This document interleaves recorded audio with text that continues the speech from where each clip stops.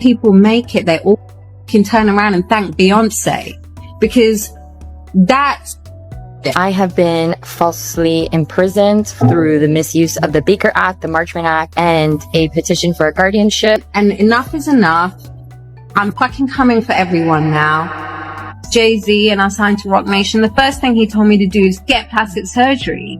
I'm not insecure because I would have got plastic surgery. People make it, they all can turn around and thank Beyoncé, because that's it. And enough is enough. I'm fucking coming for everyone now. And even Adele, because she's retired now, but her career would not exist if I hadn't made Jonathan Dickens into a manager. And when she gets an award, she thanks Beyoncé. Oh, I didn't want to drip myself in blood. You think you know the music industry? Think again. What if I told you that the glitz, the sold-out stadiums, the fan chants, and those perfectly choreographed Beyoncé dances aren't just entertainment, they're part of something way darker. Yeah, I said it. And cover myself and swim in goop, in black goop, and fucking like wear devil horns to fucking sell a record. Fuck that. Or be a witch, or be that, all of that. Fuck all of that. Darker than you ever imagined. Rituals, energy harvesting, secrets so twisted even the tabloids wouldn't touch them. And who's at the center? None other than Jay-Z and Beyoncé, the power couple everyone worships. Everyone thanks at award shows, but few dare to question. Did Aaliyah, Kim, and a string of other rising stars fall victim to a system so secretive, so twisted, it's been hiding in plain sight behind velvet ropes, private jets, and platinum albums? Tonight, we're peeling back the curtain. We're exposing the stories the mainstream media praise you never connect. Anonymous insiders, shocking survivor testimonies, and whispers from the deepest corners of Rock Nation all point to one terrifying possibility. Fame has a price, and some of that price is paid in innocence. Buckle up, because by the end of this video, you won't look at a Beyoncé concert the same way again. Are you ready to see what really happens when superstardom meets secrets? Let's dive in. Alright fam, let's cut to the chase. If you thought Jay-Z and Beyoncé were just moguls with perfect Instagram feeds and billions in the bank, sit down, because the truth is way messier than any red carpet moment. We're talking about a web of secrets, whispered stories, and closed-door events that make Hollywood scandals look like child's play. Power, influence, and rituals so bizarre that even the most die-hard Souptree fans would have to blink twice and ask themselves what they are actually cheering for. And yes, this involves names you thought were untouchable. Icons you've been taught to worship: Aaliyah, Kim, Mia, and that's just the beginning. Rock Nation isn't just a label, it's a machine. People get signed, people get built up, and some get chewed up. But what happens when someone refuses the rules? When someone doesn't want to participate in the rituals, the weird behind-the-scenes stuff that nobody talks about? That's when the doors slam shut, and the pressure turns uncomfortable. Sources who've been in the inner circles say the requirements for loyalty start innocently enough.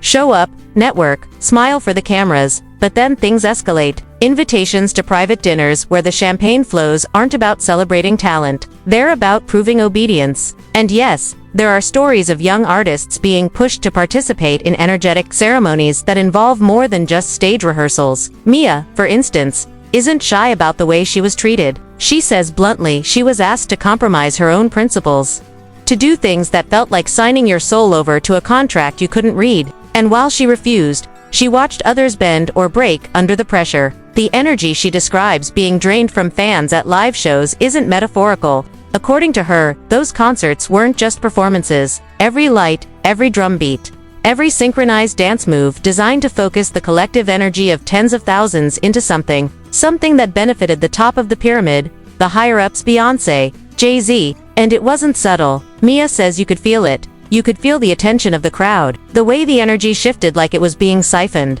somewhere else, and you're just standing there thinking, wow, this is amazing, not knowing you're actually a part of the system. And it's not just energy. There's the story of Aaliyah. You know the headlines, the tragic ending, the sudden disappearance of a bright star. But insiders whisper about the circumstances surrounding her rise, stories that make you squint at old photos and think twice about those studio sessions, those jet-setting collaborations, those private after-parties that weren't exactly documented. Rumors that Jay-Z, Diddy, and a few other power players were fully aware of the dynamics at play. yet positioned themselves perfectly to gain influence without ever seeming to touch the darker side. And if you think that sounds convenient, think again. This isn't just speculation, it's the pattern, repeated across years, across names. And suddenly it doesn't feel like coincidence anymore. Public perception. You gotta know is when somebody like Diddy gets taken down, things always start out as a rumor. Diddy has had rumors floating around for like decades. Well, Jay-Z had a problem. He right there in the corner, by the way. Jay-Z has had a few rumors himself, but more like speculation. People see Jay-Z in a picture of R. Kelly, they're like, I guess they both make music. Then Jay-Z with Harvey Weinstein. People are like, I guess they both do business. Then, of course, Jay-Z with Diddy. Now, hold on. Here's the thing. Jay-Z and Diddy go way back. Like back to the days when they were both coming up. So you could say they might just have a lot of respect for each other. But on the other hand, people are like, well, if you've known each other that long, Jay-Z, you must have known what Diddy was on. But Jay-Z has always had a history of keeping quiet, which brings us to Aaliyah. Now, I'm sure y'all remember R. Kelly dated Aaliyah when she literally needed her parents' permission slip to get married. Now, if I remember correctly, her parents got the permission slip and said, marry who? And that's how this whole thing got exposed. Now, a lot of people in the industry actually knew about this relationship because they would work with R. Kelly. They would be in the studio with R. Kelly. Now, according to Dame Dash, who listened closely, was Jay-Z's first business partner and also dated Aaliyah when she was 21. He said this is how it went. He said he didn't want anything to do with R. Kelly because everyone knew what type of timing R. Kelly was on. He looks over at Jay-Z and Jay-Z's out here creating collab albums with R. Kelly. But then he saw why. For starters, everyone had a crush on Aaliyah. People were waiting down the clock until she turned 18. But Jay-Z decided to get a head start. Now, there's absolutely no proof that Jay-Z went after Aaliyah, but people were like, let me see another picture. But apparently Jay-Z wasn't successful and Dame Dash started dating her when she was 21. Now, what does this all have to do with Diddy? It's the secrets. It's the, like what happened to Diddy, making people wonder. Nas came out, well, he technically didn't come out and say this, but while he was having his legendary beef with Jay-Z, he's doing a radio interview and he's saying, it's weird that Jay-Z be working with people that need a permission slip to marry somebody. Okay. But again, rumors, kind of like what was happening to Diddy. But then this lawyer comes out and says, boy, do I got some news for y'all. And here's where it starts to get wicked. Now, he's going after Diddy. Specifically, listen closely, anyone that Diddy might have done something to, or anyone who has watched Diddy do some of these things and stayed silent about it. Now, first of all, the lawyer's taking calls from anyone. So theoretically, anyone could just call trying to get some money saying, Diddy did this to me, Diddy should pay me. But in the lawyer's defense, I'm sure he's looking for people with proof. Honestly, I don't know him. He could be trash. Anyway, what he said next is what got people interested. He said, and I got some names. He said some wild names, some names that will blow your mind. He's selling this. He said, yo, y'all finna wild out when you hear these names. I'm not gonna say it now. Public perception is another layer entirely. The mainstream media paints this couple as a fairy tale power duo. Beyoncé, flawless, philanthropic, goddess of pop. Jay-Z, self-made billionaire, genius mogul. Every rapper, their ambition is financial. Like, if you wanted to be the Black Bill Gates, as Beyoncé says, no one can get in the way of that. And even people from smaller communities and smaller plights, you know, like to them, yeah, where is Sri Lanka? Who are the Tamils? Who cares? You know, I think to them, being part of and building this narrative of the American, you know, the wealthy Black community is more important. And whoever has to be thrown under the bus for that was what was going to happen.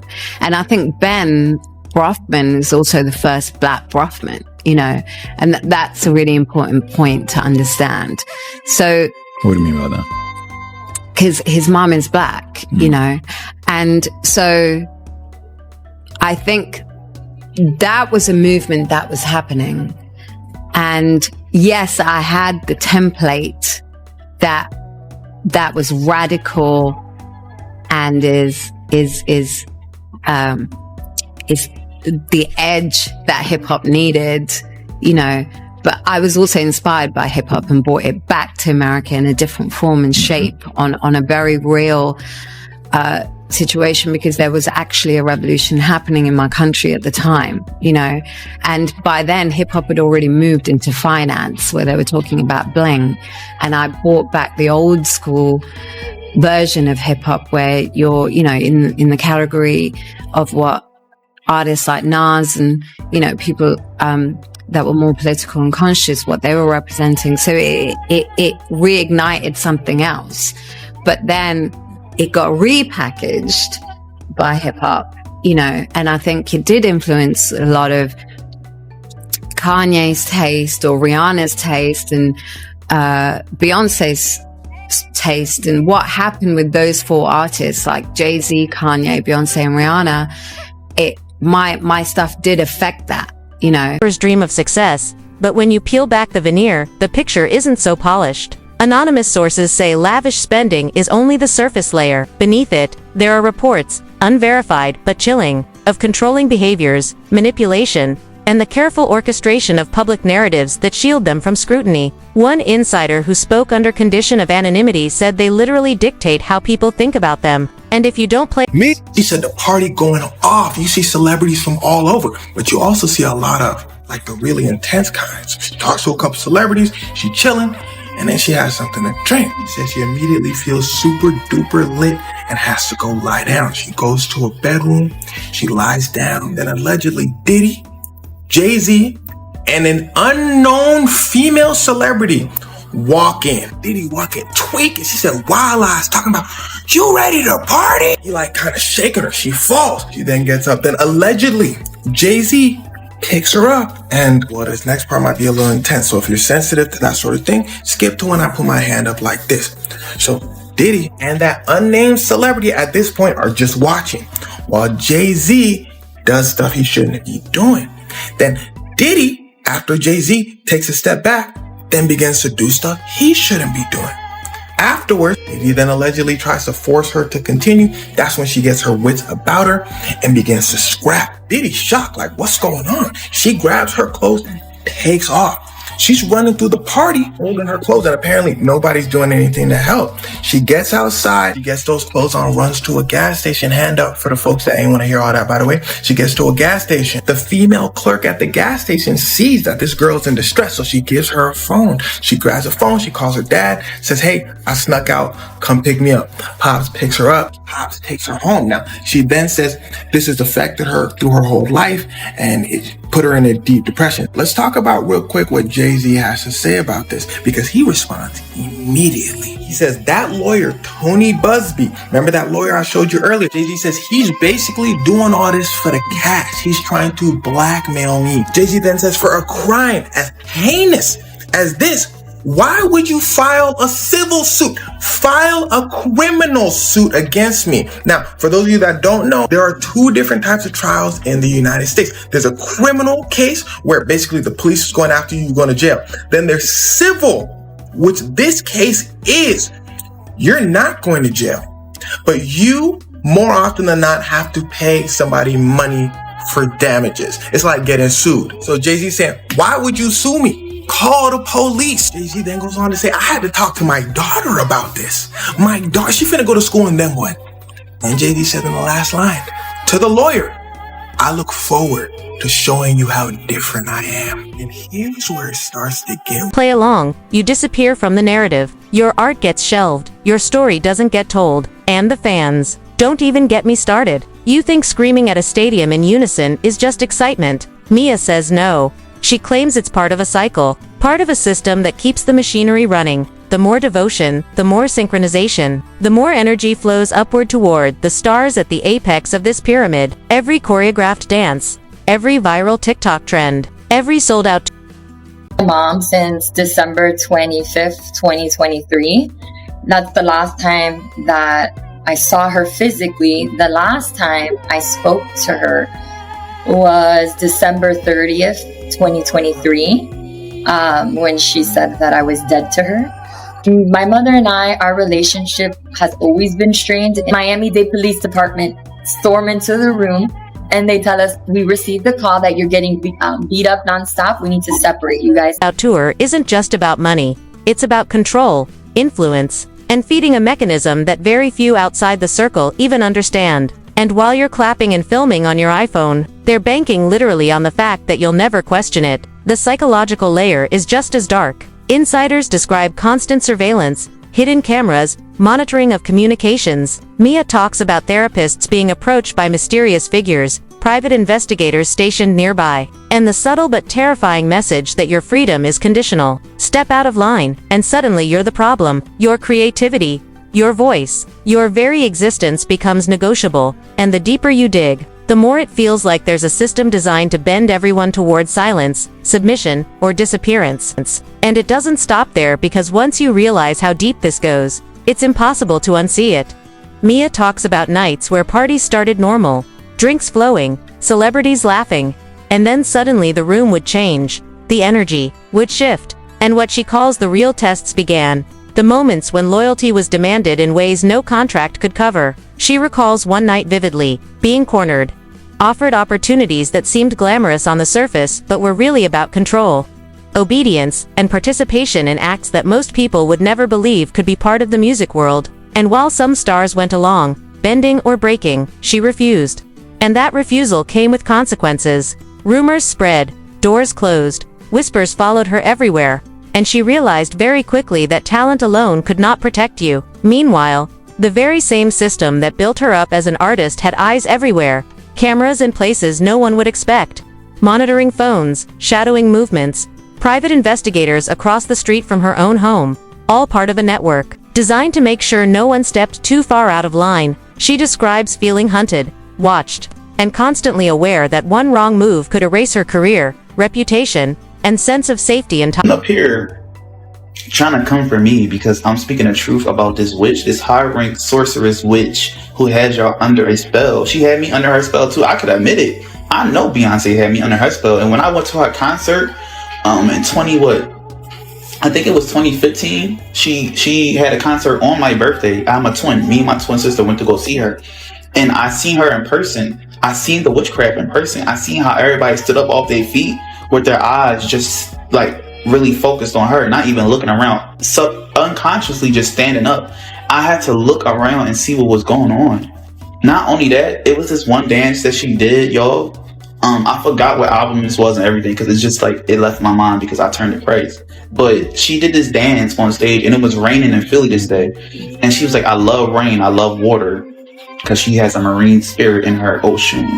Then I told my sister, I turned to her, I said, she's about to do this rain dance and the rain's going to stop once she's done the ritual.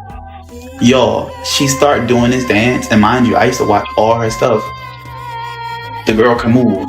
Whether Jay-Z did the crime or not, the only way you can get a famous, rich celebrity to pay you is by threatening their reputation. Because no, they can't arrest them, but boy, they can do something called a deposition. That means they can ask him any question, anything goes. Jay-Z, how old was Beyonce when you met her? They could be like, how old was Aaliyah again? Jay-Z could be like, hold on a second, now we was just friends. They'd be like, wow, you had all sorts of friends, huh? Especially your boy Diddy. Not a good look. Celebrities don't want people knowing all this stuff. The irony is, I just let you know all this stuff in this video. No trial needed. But anyway, why wouldn't Jay-Z just settle out of court, pay the money, keep his reputation clean?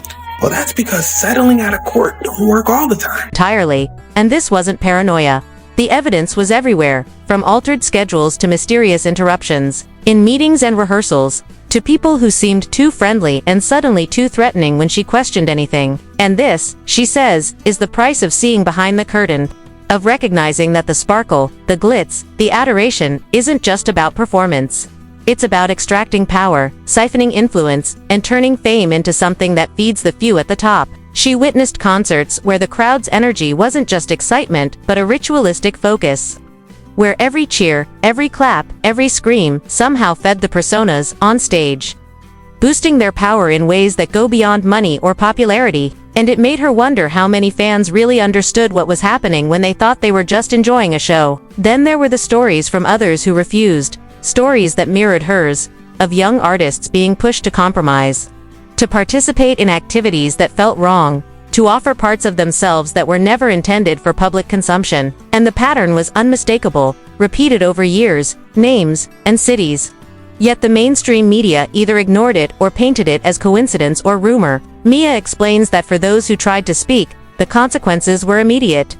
Legal threats, smear campaigns, isolation, and in some cases, being locked out entirely from the industry they loved.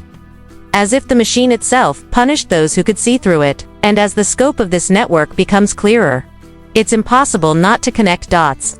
To see that what looks like entertainment on the surface may be feeding something much darker. A system where influence, obedience, and energy are the real currency, and those who refuse are the ones who pay the heaviest price. She talks about nights of hiding, using friends and allies cautiously, fearing every call, every knock, knowing that cameras, people, and even legal maneuvers could be used to control her life, her image, and even her safety. And in these moments, it becomes clear that fame in this world is not freedom, it's control, and only the very top benefit. Fans cheer, celebrities smile, awards get handed out. And everyone believes in the story of glamour, success, and hard work, but behind the scenes, there are calculations, rituals, and manipulations that make the whole system almost unrecognizable from the outside. And Mia warns that the lessons here are not just for artists. They're for anyone paying attention, for anyone who believes in talent, passion, and creativity. Because what she's exposing is a world where even the brightest stars can be trapped, if they don't understand the rules. Where the price of independence is higher than anyone can imagine. And where the very figures the world idolizes may be the orchestrators of a system that is both invisible and terrifyingly effective. She says that walking away, speaking out, or just refusing to participate is dangerous but necessary. That awareness is the first step. And the moment people start asking questions, paying attention, and seeing patterns, the control begins to weaken. And when you connect all the stories, the witnesses, the insider accounts, the patterns of behavior, the strange coincidences, the disappearances, and the public smiles, it paints a picture so enormous and so disturbing that it forces you to rethink everything you thought you knew about power, celebrity, and the price of standing at the top. If all of this sounds shocking, disturbing, or even unbelievable, that's exactly why you need to pay attention. Ask yourself, when you cheer for a sold-out concert, stream the latest hit, or share that viral dance, are you just enjoying entertainment? Or are you unknowingly part of a system that thrives on control, influence, and power at any cost? The stories Mia and other insiders are sharing aren't just gossip, they're warnings. A glimpse behind the curtain of an industry that sells dreams while quietly testing limits, harvesting energy, and protecting its top players at all costs. Don't let your curiosity be silenced by disbelief or distractions. Look closer, ask questions, and start noticing the patterns everyone else is ignoring. Share these stories, discuss them, and make sure your voice is heard, because the more people pay attention, the harder it becomes for secrets to stay buried. If you want to stay informed and never miss the next revelation, hit that subscribe button, like the video, and ring the notification bell. Engage in the conversation in the comments, share your thoughts, and don't let the narrative be controlled by the few. The truth doesn't wait, and neither should you. Stay alert, stay questioning, and keep watching.